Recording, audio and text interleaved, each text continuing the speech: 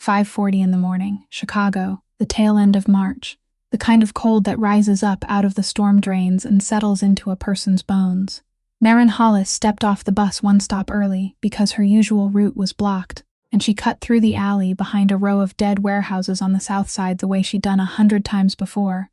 Head down, hands jammed in the pockets of a coat that had stopped keeping out the wind 2 winters ago. She was 27 years old, a maid in a rich man's house, the kind of woman the world had trained itself not to see, and she'd learned to prefer it that way. Beside the dumpster, half sunk in a puddle skinned with motor oil, there was a heap of something black slumped against a rusted container, and she thought it was a tarp somebody had thrown over a pile of garbage bags. But then the tarp breathed, a heavy, shuddering breath rising out of a body that had to weigh 150 pounds, folded up between the trash and the wet gravel, like something the city had decided it was finished with. She stopped walking. The muzzle was bound shut with plastic zip ties and silver duct tape, wrapped so tight it had cut grooves into the loose, wrinkled skin. The hind legs didn't move. The eyes were open, but they weren't looking at anything, the way eyes get when they've stopped expecting the world to answer. Around its neck there was only one thing left, a worn leather collar darkened with years, and carved into it a single foreign word, Resta. And here's the thing that turned Maren's blood to ice water, because she didn't need to wonder whose dog this was. She knew this dog. She'd mopped the marble floor around him 5 mornings a week for 8 months. This was Titus, the black Neapolitan mastiff that slept outside the study door of the man who signed her paychecks, a man whose name got lowered to a whisper in every restaurant in Chicago, a man nobody in this city dared owe so much as an answer.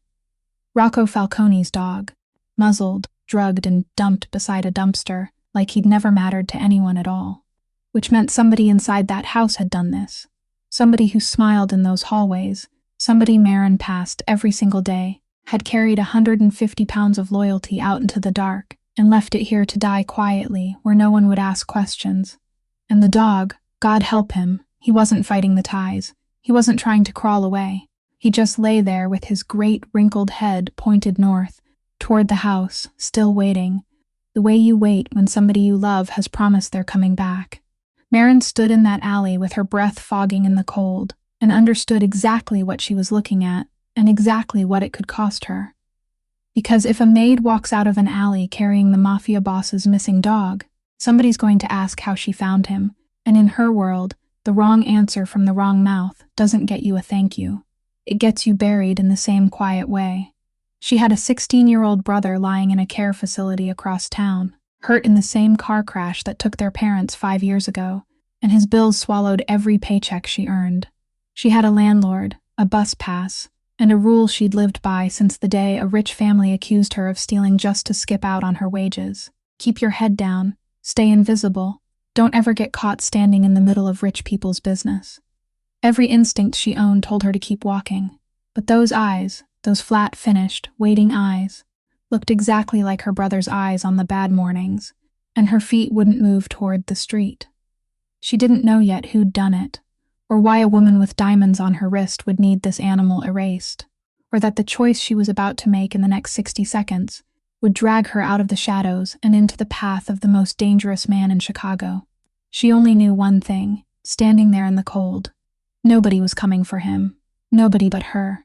If this story's already got a hold on your heart, hit that like button and share it with somebody who believes every life deserves a second chance. Subscribe to the channel and turn on notifications, because stories like this one are told here every single day. And if you've ever stopped for a creature the whole world walked past, tell us about it in the comments. We read everyone. Now, let's go back to that freezing alley on the south side, where a maid who was never supposed to be seen is about to kneel down beside a dying dog and change both of their lives forever. Maren set the canvas bag down on the wet gravel and lowered herself to her knees, about 3 feet from the dog, close enough to hear the hoarse, clogged sound of breath dragging through its blocked nose, far enough for it to see both of her hands. She kept her hands open, palms facing out, the way people approach a creature that has learned what human hands are capable of doing. "All right," she said, in the same low, steady voice she used with Charlie's nurses, the kind of voice that promised nothing. "All right, I'm here." The dog's ear twitched, that was all. She inched forward on both knees, one small movement at a time, the gravel biting through the denim of her jeans, and the smell grew thicker the closer she came.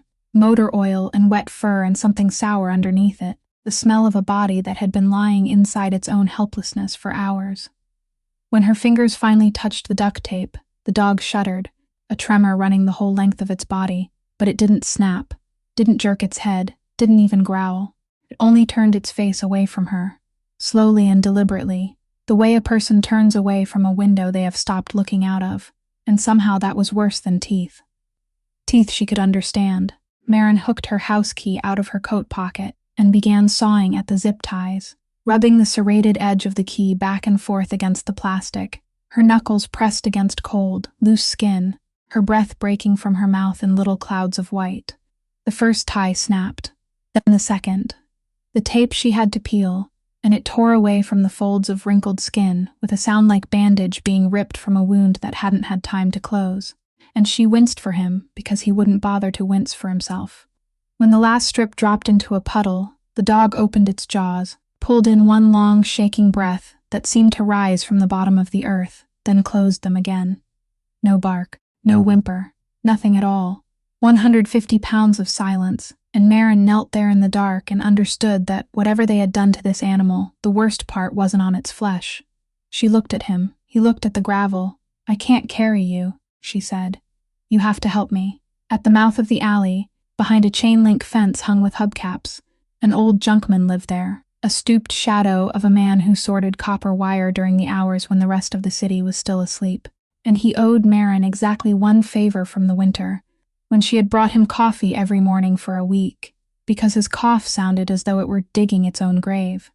She pounded on the fence until his flashlight found her face. She didn't explain, she just pointed. 5 minutes later, she was dragging his flatbed handcart into the alley, the wheels screeching over the concrete, and then came the part she would remember for the rest of her life. She couldn't lift him. 115 pounds couldn't lift 150 pounds. Especially when that weight was dead weight, soft and sagging, as though there were no bones left in it. So she crouched down beside him, took hold of the loose skin over his shoulders, and pulled, very gently toward the cart, and said, "Come on, I'm not leaving you here." And the dog, that remnant of a dog whose back legs had given up and whose eyes had given up before even they had, braced his front paws against the gravel and began to crawl. Inch by inch, the rear half of his body dragged behind him, claws scraping over stone, breath sawing in and out like a hand saw through wood, while Maren kept one hand under his belly and took on every ounce of weight his body could no longer bear. It took 11 minutes. Later she counted it back, counted backward from the moment his head finally lowered onto the wooden bed of the cart and his eyes closed. Not sleep, just closed. The junkman stood watching from his fence and said nothing, because men who live in alleys understand better than anyone that there are some questions that don't want to be asked. The road back to Pilsen took her past dark storefronts, and beneath the rusted iron frame of the train overpass, the cart shrieking the whole way, her shoulders burning, and she talked to him as she pulled, low and steady, about things that meant nothing at all, about the cold, about the bus she had missed, because silence made her feel as if she were leaving him alone in whatever place he had hidden himself inside. She didn't take him down to her basement apartment. That would come later. There was only one person in the world she trusted with a body in this condition. And his clinic stood 2 blocks from her building, a narrow brick storefront with a hand-painted sign and a light that would come on for emergencies if someone knocked hard enough and long enough. She had knocked on that door once before, years earlier, at 3 o'clock in the morning, with a stray cat wrapped in the only clean bath towel she owned, and the old man who opened the door that night had worked on it until dawn without asking her for a single cent, because one look at her coat had told him she didn't have a single cent to give. 6:30 in the morning, in the last days of March, and Maren Hollis stood on those same steps with her fist pounding against the wood and a dying dog behind her, and she didn't stop knocking until the hall light came on, and a hoarse voice sounded from the other side. All right, I hear you." The lock slid back. Dr. Weaver opened the door in a sleeveless undershirt, his silver hair sticking up on one side, his glasses crooked, looking from her face to the cart and then back again. He stepped fully out into the cold, lifted the edge of the blanket, and went still. "My God. Girl," he said softly. Do you know whose dog this is? I know, Marin said. And that answer made the old man stand frozen for another second, before he turned and shoved the door wide open. Inside, he said quickly, and don't let anyone see that handcart sitting out on the street.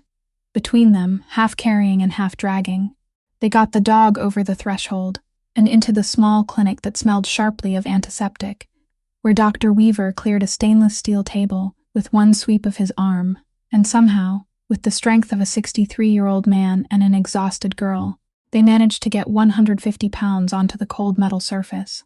He worked in silence, his old hands moving fast and sure, pulling back eyelids, counting breaths, sliding the stethoscope beneath the loose folds of skin, and his face grew darker with every passing moment. Then he reached for the scanner on the shelf, the gray handheld device every clinic in America seemed to have, and passed it along the skin at the back of the dog's neck, where the identification chip lay beneath the fat. The machine gave a beep. The screen showed exactly 2 words, no data. Dr. Weaver scanned again, slower this time, then a third time, and all 3 times the screen returned those same 2 words. He set the scanner down on the steel table, took off his glasses, and looked at Marin across the space between them. The chip has been disabled, he said. Not broken. Disabled. Someone has to do that deliberately. Someone in the field, with equipment, with a reason. It means whoever dumped this dog didn't want anyone tracing what dog it was, what house it came from. He pulled the IV stand closer, found a vein in the animal's front leg, and as the needle slipped under the skin, he kept speaking without looking at her, his voice steady as if he were reading test results. He's been drugged. A veterinary sedative, prescription strength, not something bought off the street, and at that dose, I'd guess that one more fraction of it would left you finding a body instead of a dog. The weakness in his back legs is from lying motionless too long in the cold, the body shutting down one room at a time to keep the heart warm. That, I can treat. He looked up, and this time he looked straight at her. But something inside this dog has gone completely dark, and that thing isn't in any of my drug books. Look at his eyes. He doesn't look at anyone anymore. Marin looked, and she understood what he meant, because she had seen those eyes from the alley, the eyes of a creature betrayed by the very hands it had trusted most. Dr. Weaver ran his fingers down to the leather collar, meaning to turn it so he could check the skin along the neck, and then he stopped. The skin beneath the leather strap had been cut by tape, and zip ties into swollen red welts, some of them wet and seeping.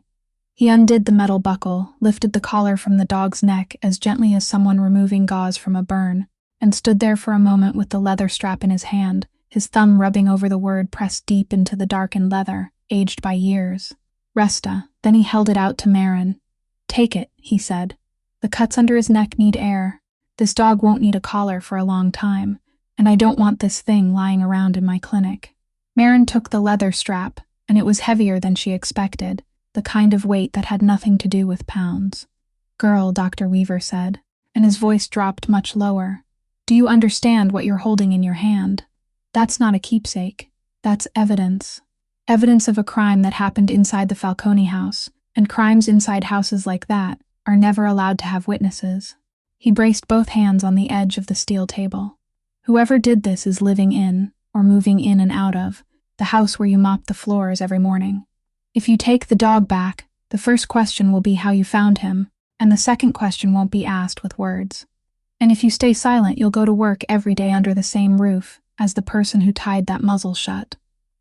Marin stood very still for a long time, both hands holding the collar against her chest, listening to the drip of the IV and the dog's breathing, which had begun to grow a little deeper.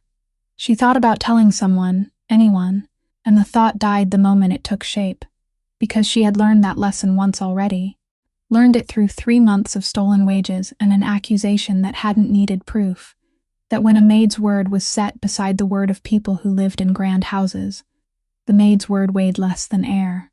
No one would believe her, and whether they believed her or not wouldn't matter anymore once the person responsible learned who had lifted the dog out of that puddle. I'll hide him, she said at last, at my place, until I figure out how. Dr. Weaver looked at her for a while, then gave one very slow nod, the kind of nod a man gives when he agrees with a decision he isn't sure he'd have the courage to make himself. Once this bag is finished, you can take him home, he said. I'll come by to check on him, and Marin, don't tell anyone, not even the people you love. especially the people you love. By noon that day, in the basement apartment in Pilsen, the dog lay in a heavy sleep on the old mattress she had spread against the wall, his chest rising and falling slowly and evenly, and on the hook nailed into the wall just above him, Maren hung the maid's uniform she had ironed smooth, ready for tomorrow morning's shift, in the house she would walk into as though nothing had happened. But to understand why Rocco Falcone's dog ended up lying beside a trash heap on the south side, the story had to go back 2 days before the morning Maren found him, to an evening at Il Faro in River North, where the black glass frontage had no large sign, no neon lights, because those who needed to know already knew, and those who didn't know didn't need to. That night, a black Escalade stopped in front of the entrance, the bodyguard opened the door, and Rocco Falcone stepped out in a dark suit with no tie, 36 years old, moving with the slow, even stride of a man who had never once needed to hurry. He passed through the glass door, and the room changed without anyone signaling to anyone else. 2 men seated at the table near the door rose to their feet, not greeting him, only standing.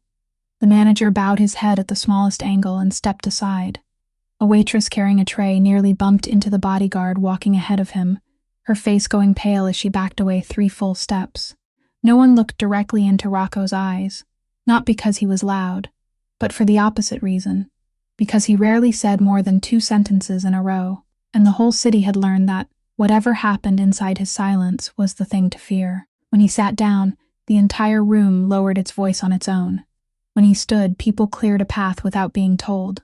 On paper, he owned a chain of restaurants, several rental buildings, and a nightclub. Beneath that paperwork were things that had no name in any ledger. Things that turned the Falcone name into a whisper, and made a debt to him the kind of debt people paid before they paid the bank. But every evening, when the Escalade left downtown and rolled back toward Beverly, the old neighborhood at the southern edge of the city where long-established families hid their wealth behind century-old oaks, there was one thing waiting that could soften that cold man. The moment the iron gate opened, the moment the front door cracked, the sound of claws striking hardwood would rise from deep inside the house, heavy and urgent, like the drumbeat of an army with only one soldier. Titus couldn't run fast. That massive body didn't allow for speed, but his short tail wagged without stopping, and he barreled forward to block the hallway with all 150 pounds of himself, until his owner's hand settled on his wrinkled head. It was the same every night, not one night missed in 5 years. Rocco would sit down on the leather sofa, and Titus would lay his pillow-sized head across his lap, breathing in heavy snorts, eyes half closed, while the fingers of the man all Chicago feared moved back and forth over the old leather collar. He had made that collar himself when Titus was still an 8-week-old puppy small enough to fit in one hand, and he had carved a single word into the leather with his own hands, and that word had not come from him. His mother had died of cancer when he was 15 years old, in a hospital room with a window that looked down over the parking lot, and in her final hours, when she was too weak to say a whole sentence, she had gripped the wrist of the son who had grown a full head, taller than her, and whispered in the language of her homeland, "Resta umano." Stay human. She didn't explain. She gave no further instruction. And he had spent more than 20 years afterward trying to understand what she had meant, in a profession that took one more piece of a man's humanity with every passing year. He carved the first word onto the dog's collar, only the first word, resta, stay, because after everything life had taken from him, the dog was the only living creature that still reminded him, every time he looked at him, that he could care for something not out of profit, not out of fear, not for anything at all except the fact that it trusted him. That evening at Il Faro, Rocco ate quickly, signed 2 papers, listened to one man speak for 4 minutes, answered with exactly 1 nod, and went back to Beverly earlier than usual, because the next morning he had a flight to Las Vegas. 4 days, for a series of meetings people politely referred to as a partner conference. He packed while Titus lay across the bedroom threshold, watching every movement with the sorrowful gaze of his species, the kind of gaze that always knew what a suitcase meant before anyone said it. At the foot of the stairs, Bianca waited in a cream silk dress, her hair falling at just the right length, her smile held at just the right measure. 2 years as the fiancée of the most powerful man in the city had taught her the exact dosage of perfection. Rocco gave her the same instructions he always gave: watch the house, feed Titus on schedule, Call him if anything happened. And she nodded, placed one hand on his lapel, and told him to go without worry. Before he stepped out the door, he went down on one knee on the marble floor, gathered the dog's wrinkled head in his hands, and murmured into one drooping ear the words he always said before every trip. "Watch the house, I'll be right back." Titus licked his wrist once, only once, like sealing a contract. The door closed. The sound of the engine faded beyond the oaks. And inside that silent mansion, the woman in the silk dress stood looking at the dog from the far end of the hallway, and the dog looked back at her, motionless, unblinking, and the smile on her perfect face slowly went out, as if someone had turned down a lamp. The first night, after the Escalade drove away, the Beverly mansion sank into the silence it had been designed to hold, the silence of thick walls and thick wool rugs and servants, who had all gone home by 6 o'clock in the evening, and Bianca Farrow stood alone in the living room, with her bare feet on the marble floor cold as ice, a glass of red wine in her hand, her eyes staring through the tall panes of glass into the darkness of the garden outside. She was 29 years old. She had lived in this house for nearly 2 years, 2 years playing the perfect woman beside Rocco Falcone, 2 years smiling at the proper moment, falling silent in the proper places, wearing exactly what needed to be worn whenever she appeared beside him in front of partners, half of whom didn't dare look him in the eye for more than 3 seconds. 2 years building her position brick by brick, in a world where women had only 2 choices, become impossible to replace or disappear. And Bianca had no intention of disappearing. She set the wineglass down on the glass table. The sound of glass touching glass, ringing thin and sharp through the empty room, then walked toward the hallway that led to Rocco's office, her bare feet making no sound on the stone floor, and in the pocket of the silk robe she was wearing lay something thin and flat as a credit card, waiting in silence. She hadn't taken 3 full steps before she heard it. Not a bark, not a snarl. A low, muffled growl rising from deep inside an enormous chest, the kind of sound that didn't enter a person's ears first, but entered the bones first, traveling through the marble floor and trembling all the way into the soles of her bare feet. Titus lay across the door to the office, his 150-pound body taking up almost the entire width of the hallway, folds of wrinkled skin hanging in heavy layers down both sides of his face, and his clouded eyes wide open in the dark, staring straight at her, unblinking. Bianca took one more step. The dog lifted himself up, not hurriedly, not in panic.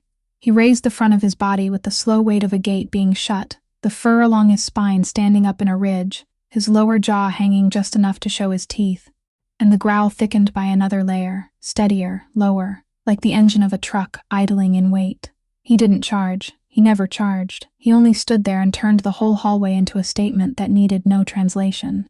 Bianca stopped, and in the thin light spilling from the night lamp at the end of the hall, the 2 creatures looked at each other, the most beautiful woman ever to pass through the gates of the Falcone house, and the ugliest old dog in Beverly, and only one of them was lying.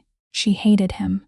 She had hated him from the very first day, and what made her hate him wasn't that he was dangerous, though he had more than enough strength to be dangerous. Wasn't that he was ugly or that he drooled on the rugs or took up half the sofa every night. She hated him because he saw through her. In front of Rocco, she could cry on cue, smile on cue, say exactly every sentence he wanted to hear, and that man who could read an entire room with a single glance had never once managed to read her. But there was no trick that could fool this dog. He had growled at her from the first afternoon. She stepped across the threshold with her suitcase and flowers. He blocked her path every time she came too close to the office. He wedged himself between the 2 of them on the sofa, his enormous head angled toward his master, his back turned to her like a living wall. 150 pounds of muscle and instinct standing between her and everything she needed, night after night, month after month. And she couldn't even complain, because in this world, fearing a dog was weakness, and weakness didn't live long. 2 years, she thought. 2 flawless years without a scratch, fooling the smartest man in this city and all the cold-blooded men around him, yet unable to fool an animal that didn't even know how to speak. He didn't need evidence. He didn't need a reason. He only needed to breathe her in once to know, had known from the first day, would keep knowing until the last, and as long as he was still breathing, the door at the end of that hallway remained a continent she could never set foot on. Bianca stepped back, 1 step at a time, without turning her back, until her heel touched the edge of the living room rug, and the growl behind her faded like thunder retreating beyond the horizon. She stood there for a long time, looking at the wine growing cold on the glass table, looking at her own hands that weren't shaking, because she wouldn't allow them to shake, and in her mind another door was opening, the door she had pushed to its farthest edge for months without daring to step through. They had 4 days. Things like this didn't need 4 days. She picked up the phone from the table, chose a name that wasn't saved as a name, and when the other end answered on the second ring, her voice was low, flat, and clear down to every syllable. Bring the pickup. Back gate. Don't ask anything. The pickup didn't come that same night, because things like this required one night to be arranged cleanly. And Bianca was a woman of clean arrangements. All the next day she moved through the mansion as she always did, perfect as always, and every piece of the plan fitted into place as smoothly as gears that had been oiled long ago. The identification chip beneath the back of the dog's neck had actually gone dead 1 week earlier, disabled by an acquaintance in the veterinary field, whom the Farrow family still kept in Detroit for matters that required professional silence. A routine vaccination appointment Rocco hadn't even bothered to question, because who would ever suspect a vaccination? A dead chip meant no scanner could read him, no clinic could trace him back to his owner, no rescue shelter would know whom to call, which meant the dog would become a nameless creature with no past and no address. Bianca had thought through even the option she chose not to take. She didn't want him dead, not out of mercy, but because a corpse was evidence. A corpse could be found, examined, traced back to a dosage and a prescription and the hand that mixed it, while an old, sick dog disappearing in a city of 3 million people was only a stray, and strays were either picked up by someone or dissolved into nothing, either way leaving no fingerprints behind. As for the cameras, by such a coincidence, the camera system on the east wing of the mansion had been scheduled for routine maintenance that very night. One neat signature line on a repair order no one bothered to read carefully, and for 4 full hours that night, every view from the back gate to the east garden was nothing but a gray screen.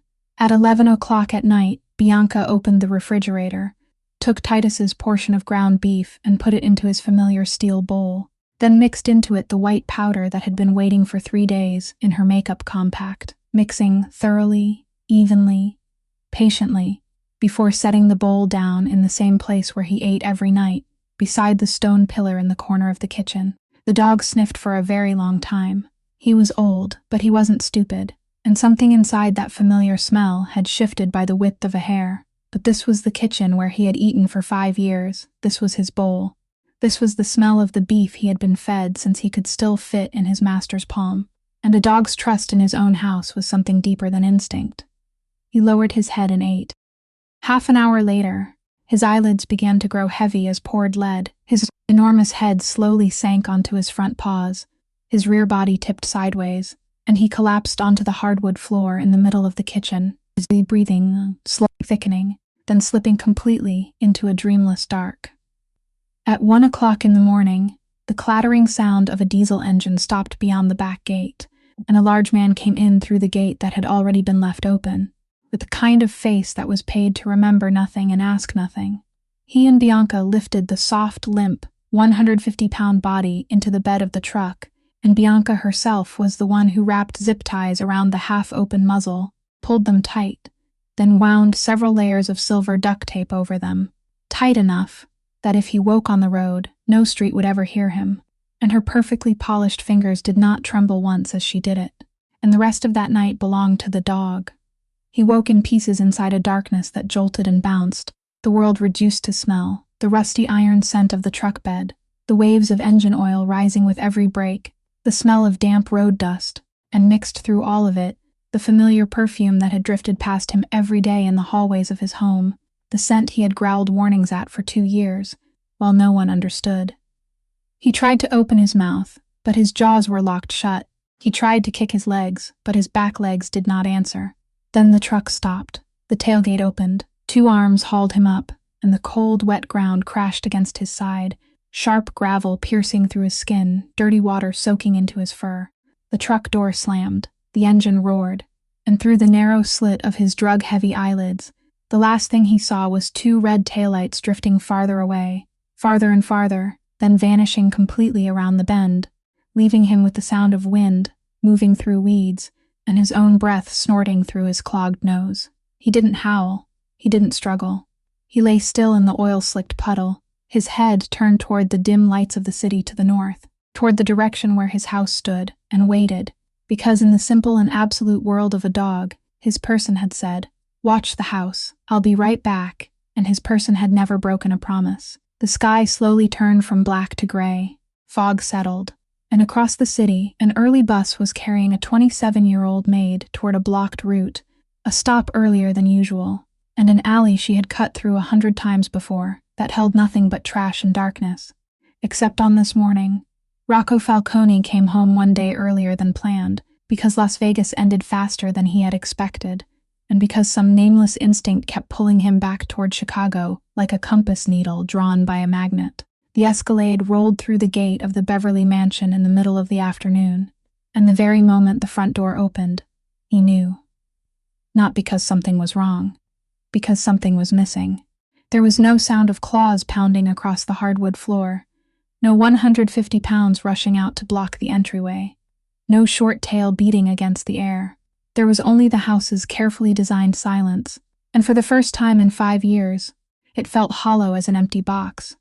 Rocco stood in the foyer, his suitcase still in his hand, and his eyes made a slow circle around the living room. Titus's bed was still in the corner, the fabric still holding the sunken shape of his body, as if the dog had only just gotten up to drink water. The water bowl in the corner of the kitchen was still full, the surface flat and untouched, the stillness of things that hadn't been touched in a very long time. He set the suitcase down. The sound of its wheels meeting the marble rang unusually loud in the mute house. Then hurried footsteps came from the hallway, and Bianca appeared, her hair loose, her eyes rimmed red, her voice breaking exactly where it needed to break. "I was going to call you tonight," she said, both hands clasped before her chest. "I didn't want to ruin your trip. The back gate, when I woke up the morning before yesterday, it was wide open. I don't know since when. Maybe the wind, or a broken latch. I don't know." And he was gone. "I looked all over the blocks around here, asked the neighbors too. I'm sorry. I'm so sorry." She didn't say one word too many, didn't shed one tear too much, the exact dosage of a woman who had rehearsed in front of a mirror, and Rocco stood and listened to all of it, not interrupting, not asking, his face not moving by a single muscle. He didn't shout. He didn't slam his hand down on the table. He only walked past her to the empty bed in the corner of the room and stood there looking down at the hollow, still pressed into the fabric for exactly 4 seconds. A stretch of time as long as a winter to anyone forced to wait for him to speak. Then he took out his phone, tapped one name, and when the other end picked up, he said only 4 words, "Come to the house." Now Nico Belante arrived 19 minutes later, a 41-year-old man with a closely shaved head and eyes that never showed surprise, the right-hand man who had stood behind Rocco's shoulder since before either of them knew how to tie a necktie. The two of them closed the office door for 6 minutes, and when Nico stepped out, he carried the entire order wrapped inside 2 sentences he would remember word for a long time afterward. "Find Titus. No one outside is to know." Nico didn't need to ask why, because he understood this life even better than he understood the palm of his own hand. In the world they lived in, weakness was a death sentence, and if the people out there caught the scent that Rocco Falcone was losing sleep over a dog, they wouldn't laugh. They would write it down, and someday they would use that very thing as a blade. The search began that very night, quiet and thorough, the way the Falcone house did everything. Nico's men checked every animal rescue within a 50-mile radius, called every major veterinary hospital with a description of a black Neapolitan Mastiff, got traffic camera footage around Beverly, combed every online lost dog group, and everything came back with the same clean 0. A dog weighing 150 pounds, big as a calf, had evaporated from the earth without leaving behind a single strand of fur. By the second day, Nico summoned all the mansion staff into the great foyer, 14 people lined up along the stone wall. The chef, the kitchen assistant, the gardener, the driver, maintenance, and the maids in their gray uniforms, including one woman who had spent the whole previous night awake beside a dog sleeping in a stupor beneath a basement apartment in Pilsen. Maren stood in the 11th place, both hands resting at her sides, back straight, eyes fixed on a neutral point on the opposite wall, while Nico walked down the row, asking each person a handful of short questions. Who had worked which shift? Who had left at what time? Who had seen anything unusual? Her heart pounded so hard she feared the fabric of her uniform would tremble with it. But her face had been forged by 27 years into the most perfect mask of the poor, a face with nothing to say and nothing to hide. She didn't lie even once. She only answered exactly what she was asked. Morning shift, 6 o'clock to 2 o'clock. No, I didn't see anything unusual, and the cruel truth was that no one bothered to ask her anything deeper. Then Rocco stepped into the foyer, and the whole line held its breath.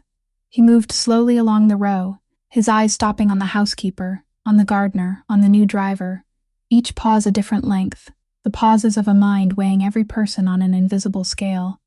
And when that gaze reached Marin, it passed over her the way it would pass over a piece of furniture, without stopping for even half a beat, without one flicker of recognition, because this man had signed her paycheck for 8 months and had never once known her name. His gaze moved on to the person beside her, and Marin stood there, absolutely safe and absolutely invisible, understanding that the very thing that cut into her every day was the thing saving her life today. That night, and for many nights after, the light in Rocco's office burned later than usual. The phone calls lasted longer. The voice over the line turned 1 degree colder.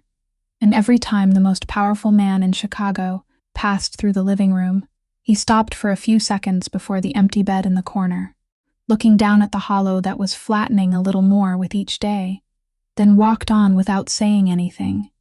Because there were some things he didn't allow anyone to clear away, and didn't allow himself to name. While the entire Falcon machine scoured every inch within 50 miles of Chicago, the thing they were looking for lay breathing slowly on an old mattress in a basement apartment in Pilsen, less than half an hour by car from the Beverly Mansion. And the next 3 weeks of this story held no gunfire, no conspiracy, only a maid, a broken dog, and a low-ceilinged room where miracles happened so slowly that no one recognized them as miracles. During the first week, the dog lay with his back to the wall. He ate very little, drank even less, and Dr. Weaver came by every 2 days, giving injections, working his back legs, then standing over him and shaking his head. The body's healing, he said, but that other part, I can't do much about. There's no medicine for that. Marin worked the morning shift at the mansion, mopping hallways that were now stretched tight as piano wire under the quiet search. Then in the evening she went down to the diner to take extra dishwashing work. And late at night, when she came home, she sat down on the cement floor 2 steps away from the mattress, not touching him, not coaxing him, only sitting there and doing the thing she hadn't dared do for so many years. She read letters. The letters written to Charlie filled a shoebox beneath her bed, written on nights when she couldn't sleep, folded into fourths, put away, never read aloud in front of any living creature. Because to read them aloud meant admitting they were real. Now she opened them one by one beneath the yellow light, her voice low and even, reading to a dog that kept his back turned to her. Today I scrubbed a staircase 3 times bigger than our old house, she read, and I kept thinking, if only you could see it, you'd be begging to slide down the banister. The dog didn't move. She kept reading. During the 2nd week, one night as she was halfway through a letter about the first snow of the year before, she realized the room had changed a little, and when she looked up, she saw that the dog had turned around at some point, still lying in the same place, still not having moved even an inch closer, but that enormous wrinkled face was now turned toward her, his cloudy eyes half open behind the folds of skin, following her voice the way a person follows firelight from far away, not yet daring to come near but no longer turning away. Marin said nothing, did nothing grand. She only lowered her voice a little more and kept reading, because she understood, through the instinct of those who had once been left behind, that to a broken creature, every eager gesture was a threat. That same week, she began asking for food from the mansion kitchen, because her wages could feed Charlie, or feed a 150-pound dog, but they couldn't feed both, and a Neapolitan Mastiff recovering from near death ate as much as 3 grown men. She timed it for when the old chef cleaned out the refrigerator at the end of the day, stood tucked near the kitchen door, and asked for whatever would be thrown away anyway. Beef bones with meat still clinging to them, scraps and trimmings. For the poor neighbor's dog, she said, his family's having a hard time. The chef shrugged and wrapped a bag for her, then another bag the next day, then it became a routine, and no one in that kitchen bothered to pay attention. because who would pay attention to a maid asking for leftovers? Except for one pair of eyes that had been watching everything inside that house for 20 years without anyone watching back. During the third week, rain fell at night, the melancholy April kind that tapped against the window set level with the sidewalk in lonely bursts. And Marin came home later than usual, feet aching, shoulders sore, her body still carrying the smell of dishwater. She sat with her back against the kitchen cabinet, opened a new letter she had written the week before, and had read halfway through when her eyes grew heavy, her head tipped back, and the letter slowly lowered into her lap. Then she felt it, a warm weight settling across her thighs, slowly, carefully, as if afraid of being pushed away. She opened her eyes. The dog had crawled to her without a sound, and his 150-pound head, that wrinkled head as heavy as a child, was resting fully in her lap, eyes closed, his nose breathing warm, even puffs against the faded denim of her jeans. Marin went rigid, her hand lifted, hovering in the air, and in that half-second the old vow rose up in her mind. The vow after the stray cat years ago, after the father who vanished years ago, that she wouldn't attach herself to anything else, because attachment meant loss, and she had already lost enough for one lifetime. But her hand settled on that warm head before the thought had time to finish itself. Her palm touched the wrinkled skin, still damp with the breath of rain, her fingers moving over the layered folds across his broad forehead, and the dog didn't open his eyes, only breathed out one very long breath, so long it was as if he had been holding it for 3 weeks, all the way from that night in the pickup bed, and only now dared to let it go. Outside the window, the rain kept falling. In the low-ceilinged basement, the girl who had nothing left to lose sat frozen, not daring to move, leaving her hand on the head of a dog no one needed anymore. And the two invisible creatures of this city sat together like that, until the letter on her lap slipped to the floor. And in Beverly, on that same rainy night, inside the pitch-black linen closet of the Falcone mansion, a 58-year-old woman stood hidden between shelves of bedsheets, pressing a phone to her ear with a trembling hand, and when the other end picked up, she spoke in the whisper of someone selling off something that could never be bought back. "That Hollis girl," she said. "That morning shift maid, she's been asking for meat scraps from the kitchen every day. For 2 weeks now." The report reached Bianca the next morning, through the very channel that had served her quietly for months, and she sat for a very long time in her dressing room, arranging every piece of the board again in her mind. A maid asking for meat scraps every day for 2 weeks, beginning at exactly the time the dog disappeared. A maid living alone in a basement in Pilsen. No husband, no children, barely able to feed herself, so where would she get a dog or cat that needed bones? Bianca didn't need another piece to see the whole picture, and for one brief moment, she considered the cleanest solution. One phone call, one address, one moonless night. But she dismissed it almost at once, because she wasn't stupid. Rocco's entire machine was combing every inch around that dog, and even the smallest disturbance near it now would be examined under a magnifying glass. A maid suddenly having something happen to her, while the search was still hot, would be a torch pointing straight at whoever had thrown the dog away, and that person was sleeping inside this very house. No, she didn't need the girl to disappear. She only needed no one to believe her. A dead witness was a question, but a witness whose honor had been destroyed was an answer, and in the world of people like Bianca Farrow, one did not kill a witness when one could kill her credibility. The plan took shape in less than an hour. So simple it was almost elegant, because the cruelest blows were always the simplest ones. In the mansion's master bedroom, there was a strand of heirloom pearls belonging to the Falcone family, a piece of jewelry that had once belonged to Rocco's mother. One Bianca had been allowed to wear exactly twice in 2 years, on occasions that required a display of inheritance. And that morning, the pearls vanished from their velvet case. By midday, while the servants were spread throughout the floors, a search was carefully staged under the name of a routine inspection, and made its way down to the row of staff lockers in the basement. And inside the gray-painted metal locker bearing Marin Hollis's number, beneath her coat folded into fourths, the pearl strand lay there, softly shining and silent as a testimony already written. And fate, which had never once stood on the side of the poor, chose that very morning to mock her with the cruelest timing. Because inside the canvas bag Marin carried with her that day were 2 things she had wrestled with for 3 nights straight. The leather collar engraved with the word Resta, wrapped in a layer of tissue paper, and an unsigned letter she had written and rewritten 4 times, telling where she had found the dog, what condition he had been in, and assuring them that he was being cared for properly. All in block letters she had deliberately shaped differently, to send to the mansion by mail without exposing herself. She had kept the caller hidden safely in her apartment for weeks, but having finally finished the letter the previous night, she risked bringing it with her this morning, solely to drop it off at the post office right after her shift. After 3 weeks of watching the dog come back to life inch by inch, after the rainy night when he had laid his head in her lap, Maren had reached the decision that his owner deserved to know his dog was still alive, and today, after her shift, she would go to the post office. She never reached the post office.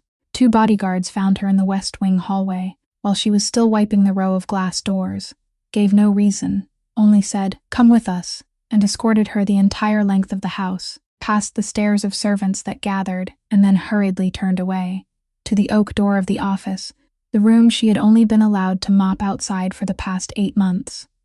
Inside, the pearl strand lay in the middle of the leather-topped desk. Bianca stood beside the window, with the face of a person wounded in exactly the right measure, and Rocco Falcone sat behind the desk, and for the first time in the 8 months she had worked in his house, that man's eyes looked straight at her, stopped on her face, received her as a being who existed, and bitterly enough, that first look was the look reserved for a thief. "They found it in your locker," he said, not raising his voice, each word dropping like a stone into a deep well. Maren looked at the pearls, then looked at him, and she did not lower her head. "I've never touched that thing," she said. Bianca let out a faint breath by the window, and shook her head with the weary look of someone who had seen too much. "I told you so many times," she said, her voice as soft as velvet wrapped around a knife. "People like this, once you open your doors and let them into your home, this day always comes. They're poor, and poverty has no pride." The room went silent. Maren felt the weight of the canvas bag on her shoulder, felt the collar and the letter inside it, less than 6 feet away from that false strand of pearls, and in her mind every road appeared at once and then slammed shut at once. "Speak now, then. Say that I didn't steal the pearls, but I've been keeping your dog for the past 3 weeks." From the mouth of someone supposedly caught, red-handed, with evidence in her locker. That story would only sound like the desperate lie of a thief trying to change the subject. And worse, it would tell the person who had thrown the dog away exactly where he was lying. So she did the only thing left. She stood with her back straight in a room larger than her entire apartment, looked straight at the most powerful man in Chicago, and said in a voice that did not break on a single syllable, "I didn't take those pearls, but you won't believe me, because people like you don't see people like me. You haven't seen me once in 8 months, so what makes you think you can see me clearly today?" Something stopped in Rocco's eyes, only for half a second, a very small ripple across the surface of a frozen lake, as if her words had touched a place that did not belong in the case file, because in his world, the guilty fell to their knees and begged, and those who were hired put on tears, but no one stood with a straight spine and threw a truth about himself back in his face. But the half-second passed, and the pearls still lay on the desk, and the locker still carried her name. "She leaves here before noon today," he told the 2 bodyguards, then turned his chair toward the window, and Maren Hollis's life in that house ended with a man turning his back. The final procedure, for a servant dismissed from the Falcone house, took place in the basement, in front of the row of gray-painted metal lockers, where Maren packed 8 months of her life into a canvas bag, while 2 bodyguards watched, and Nico Belante stood with his arms folded in the doorway. Because procedure was procedure, a person suspected of theft had to have her belongings checked before she stepped through the gate, and one of the 2 guards held out his hand. "The bag," he said. Maren stood still for 1 beat.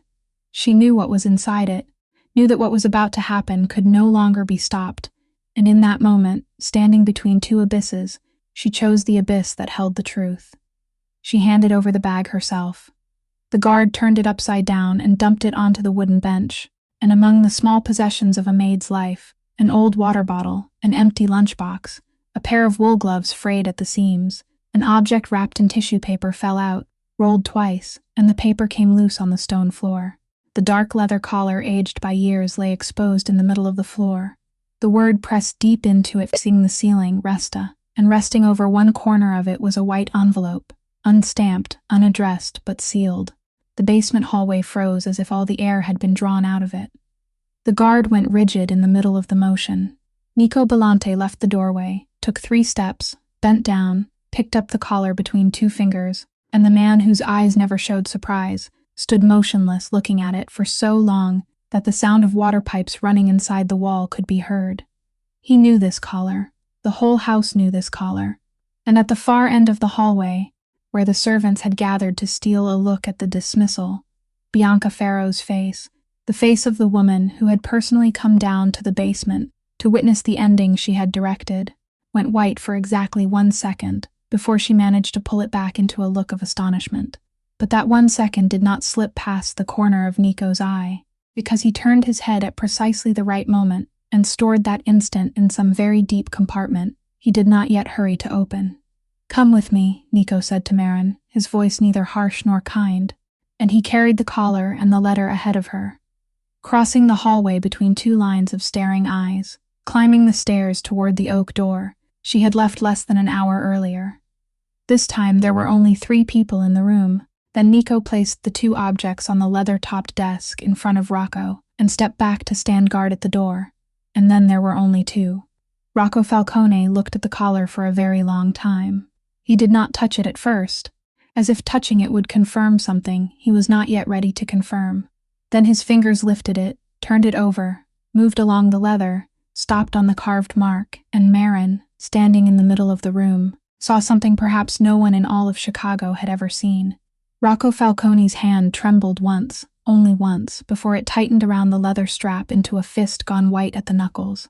He set that fist down on the desk. He looked up at her, and in a voice so low it was almost gentle, the kind of gentleness more frightening than any roar, he said, "Tell me where my dog is, and tell me very slowly."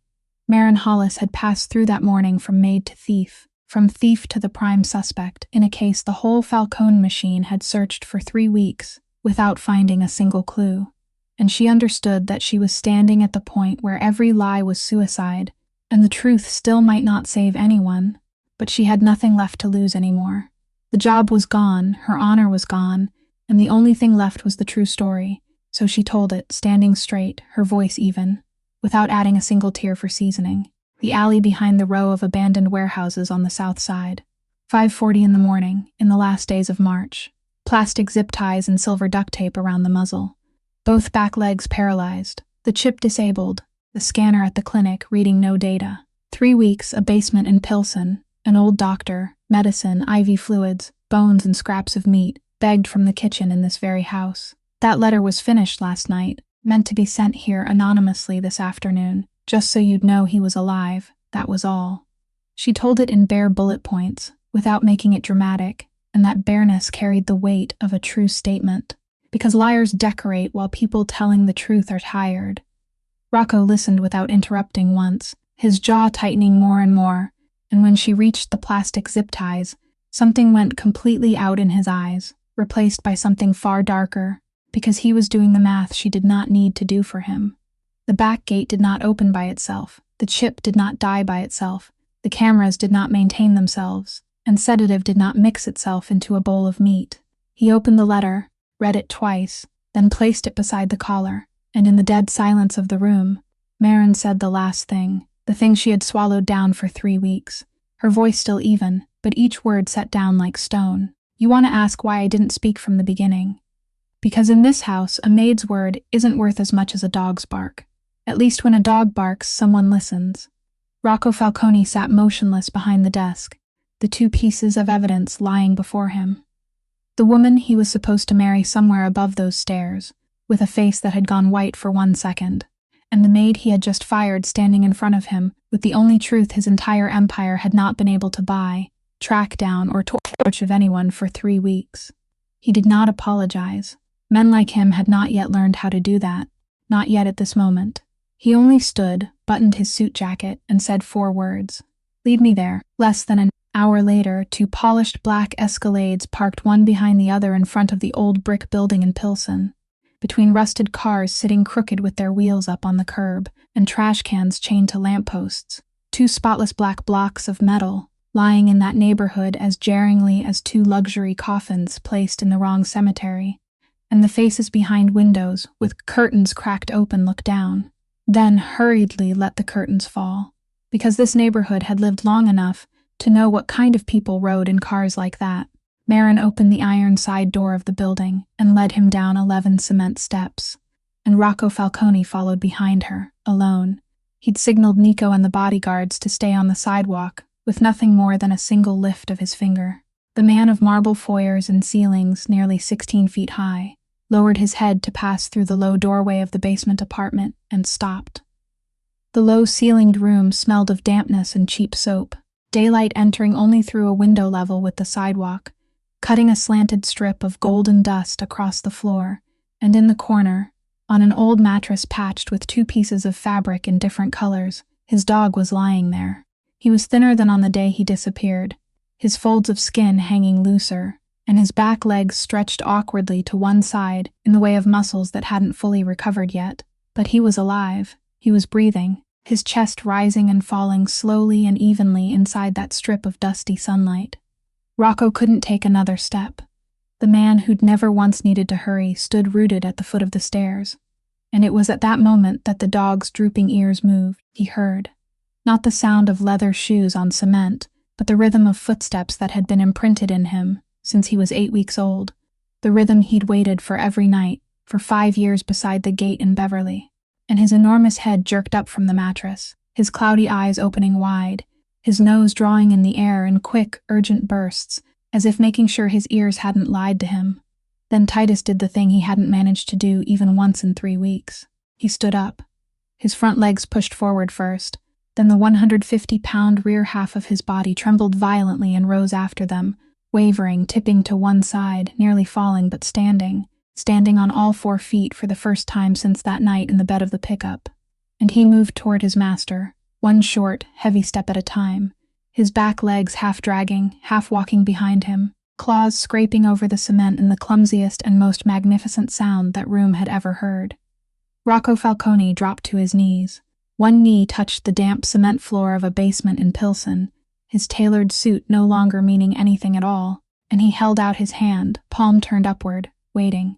The dog reached him, and he didn't fling himself at him. He did the sacred thing in the way of his kind. His wet, cold nose pressed into Rocco's palm, breathing him in, finger by finger, then the wrist, then the sleeve, verifying every inch of flesh and cloth the way someone rereads every word of a letter too impossible to believe is real.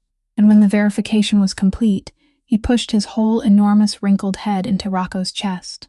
Shoulders of the most powerful man in Chicago trembled. Exactly once, then went still.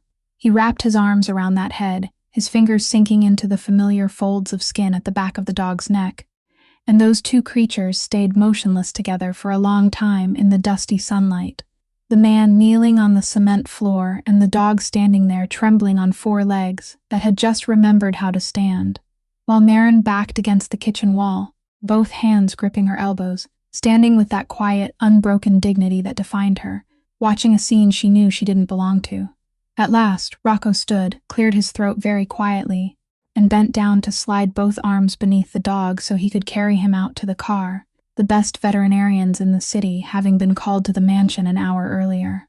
But Titus moved away. The 150-pound body turned with awkward dragging steps, crossed the room to Marin, and leaned his full weight against her legs, leaning so hard she had to brace one hand against the wall to keep from falling, his enormous head pressing into her hip, and from there he looked toward his master, standing still, breathing, exactly between those 2 human beings, like a bridge made of living bone that had no words.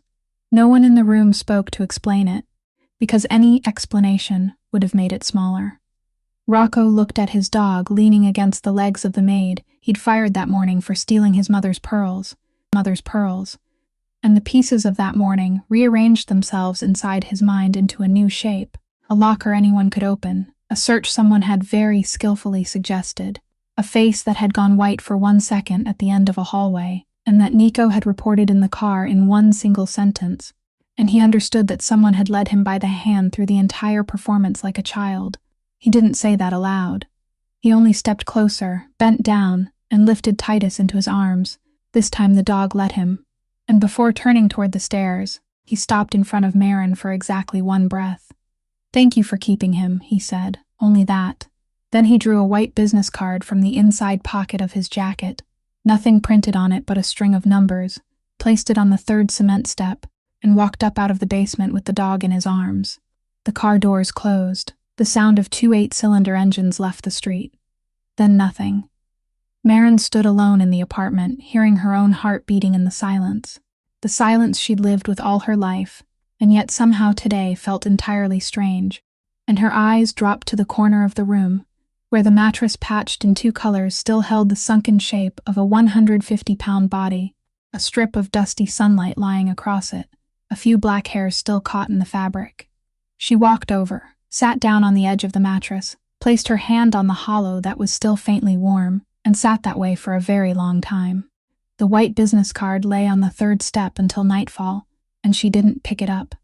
That night, when Titus was lying in the living room of the Beverly mansion, surrounded by 2 of the best veterinarians in the city, the investigation began moving backward, and it did not begin with a statement or an informant.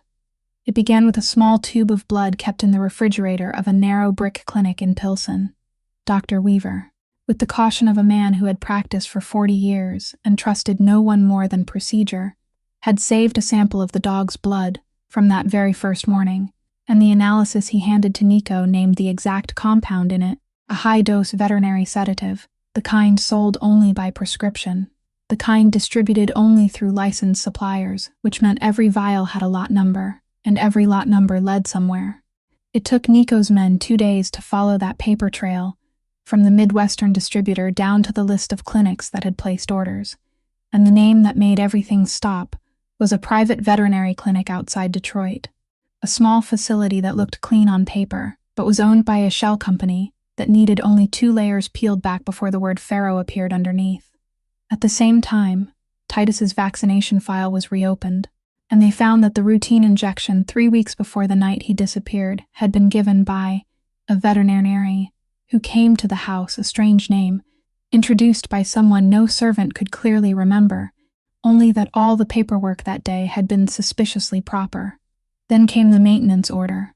Nico sat in Rocco's office close to midnight and placed on the desk a copy of the repair order for the East Wing camera system on the exact night the dog disappeared. An administrative sheet so ordinary it had become invisible, and in the lower corner was the approval signature of the woman who managed the house's operations. The same even slanted handwriting both men had seen on thousands of papers for 20 years. Mrs. Dane. The 58-year-old woman was called up to the office at 8 o'clock the next morning, and she did not deny a single word. She stood in the middle of the room, both hands clasped tightly in front of her apron, her back still straight from 19 years of habit, and spoke in the voice of someone who had rehearsed this confession through many sleepless nights. Her son and Gary, a $90,000 debt from a casino, and the lenders behind that casino, the photographs of him leaving his shift sent to her mailbox with a phone number, and the price they gave her was not money, only very small things: sign a maintenance order, leave one gate unlatched, pick up the phone when she saw something worth mentioning, and she had seen something worth mentioning. A maid asking for meat scraps from the kitchen every day. "Did I know what that order was for?" she said. "No, I didn't dare know. I only knew that if I didn't sign it, the next week they'd send me something other than photographs." The room stayed silent for a very long time, and then that woman lifted her head and looked straight at Rocco Falcone for the first time in 19 years, and said the sentence he would hear again in his mind on many nights afterward. "I worked for this house for 19 years, sir. I remember you from before you even had a beard, and yet you never once asked me whether I had a child. It was not an accusation. It was worse than an accusation. It was a truth placed gently on the desk, the way someone lays down a key being returned, and it landed exactly where the maid's words from the day before had cut him open. People like you don't see people like me." Rocco sat motionless behind the desk for a long while, and inside him 2 men were arguing, the first the boss with the iron law of this life, that a traitor must pay so others would see. The second the 15-year-old son who had once held his mother's hand in a hospital room, and that morning, for the first time in many years, the second man won.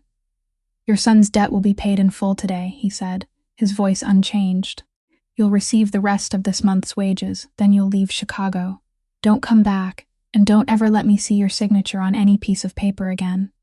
Mrs. Dane opened her mouth as if to say something. Perhaps thank you, perhaps I'm sorry, then understood that both were useless, so she only bowed her head very low and left, closing the oak door behind her, so softly it made no sound.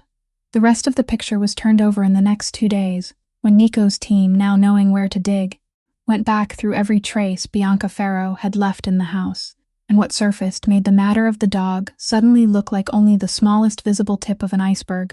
Strange searches on the office computer, on nights when Rocco was away, scratches on the safe lock from a specialized scanning device, and in her dressing room, hidden in the base of a makeup compact, a camera as thin as a credit card filled with half-captured frames, routing pages for cargo through the ports, the names of officials on friendly lists, all the things that, had they reached Detroit, would have allowed Carmine Farrow to close his hand around the throat of the entire Falcone network. 2 years of engagement, as it turned out, had never been the story of a woman loving a man. It had been a campaign, planted, watered, and tended by the hand of her father in Detroit, and the ugly old dog who had lain across the office door every night for 2 years had been the only wall that kept that campaign from moving forward, until a bowl of drugged meat carried him off the board. Rocco listened to Nico present it all, looked at every frame in the camera, and said nothing for 1 full minute.